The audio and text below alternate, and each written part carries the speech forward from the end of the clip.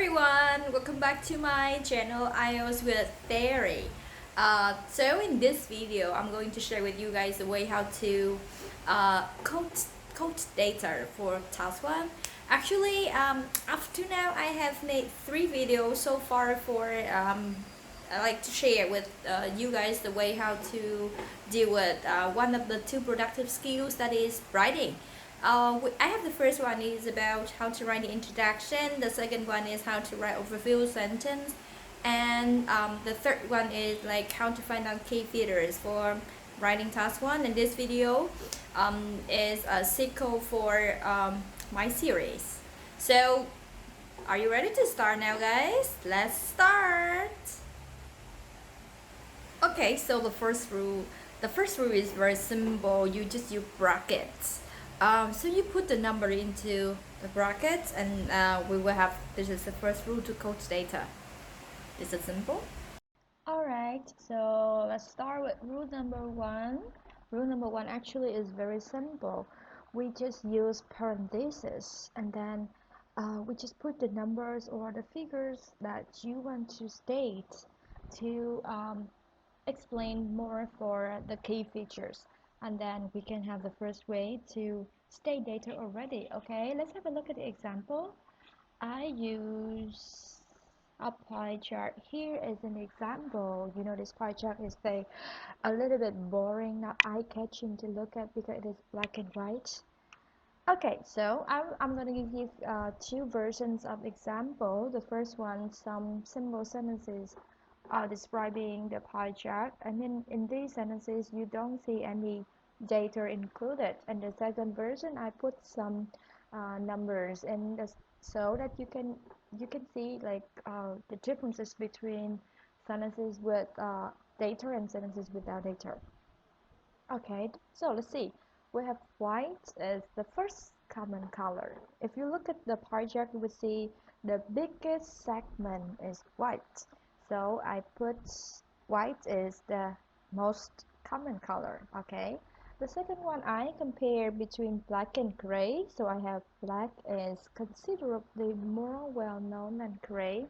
So why do I use the word considerably here? A further explanation here is that considerably is an adverb, and I put it here in front of comparative just to emphasize, you know, because that is a big difference. We have black is 26 and gray is 11. It is a big difference, so I put considerably here to stress. Okay, so this without any data. Okay, and now let's have a look at the version with data. You see, we just put the statistic into the parentheses, and then you guys have a very simple way to state the data already. We have white, and 53% is the most common color. So now you know this version is like much clearer than the first one, because the first one you say white is the most common color. So if you say white 53% is the most common color, of course it is more detailed. Okay, the second one I have here is black is considerably more well known than gray. Here I put 11% in parentheses.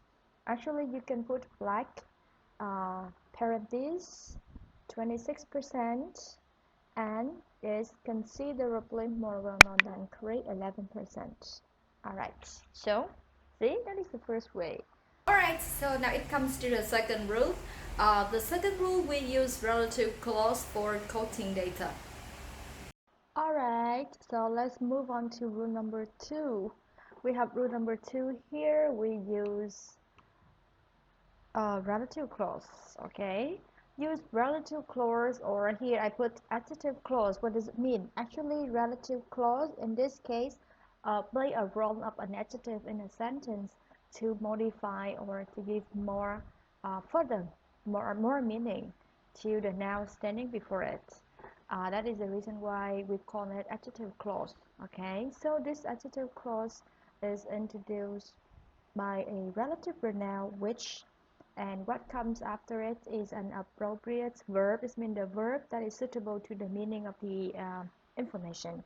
Here I list out some, like you can use to be, you can use makes up, constitutes, or accounts for. Okay, I have an example. I also take a pie chart to be an example. Similarly, I will give you two options. The first one, some sentences describing the pie chart without any numbers. Okay, so we have white. I compare white and black. Okay, white is far more common than black. The second example, I compare black and blue. I have black is about 4 times as popular as blue. Black, blue. Okay. And the next sentence I have is the comparisons between other colors and blue. So I have the other colors here.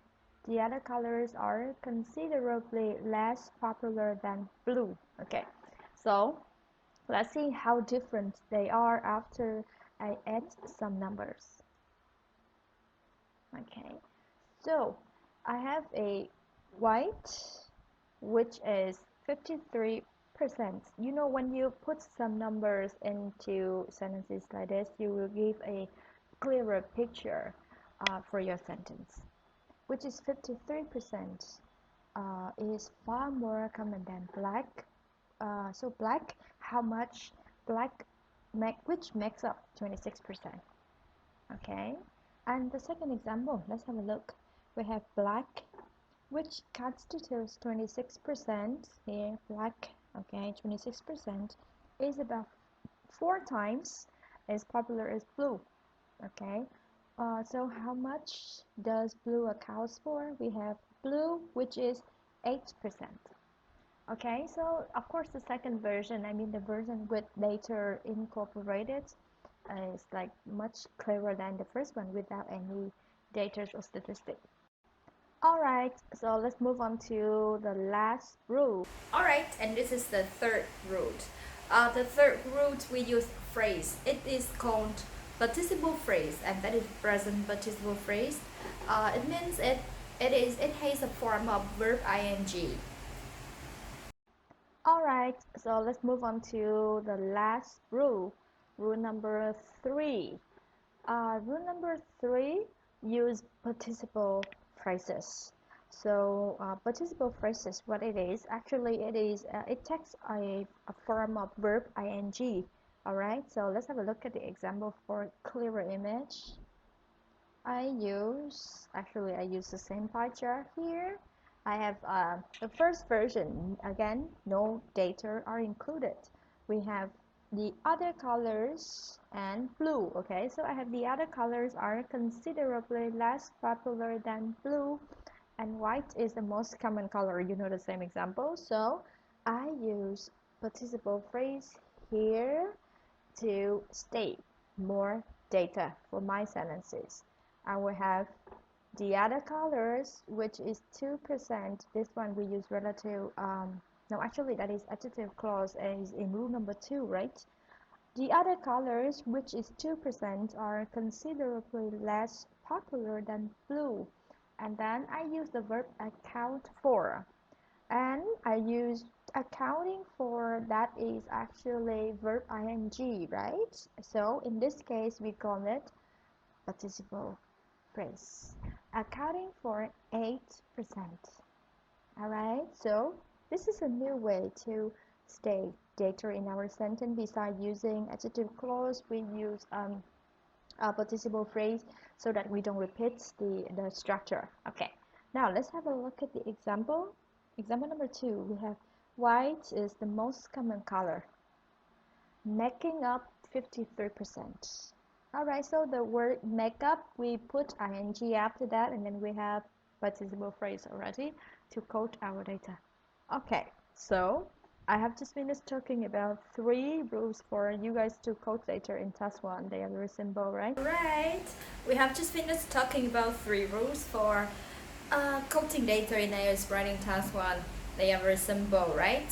So now IELTS Writing Task 1 is just a piece of cake for you. Okay, I hope that you guys enjoy the videos, and I hope that my video was useful for you guys in practicing IELTS at home. Okay, see you guys in the next video. Bye bye and have a nice day.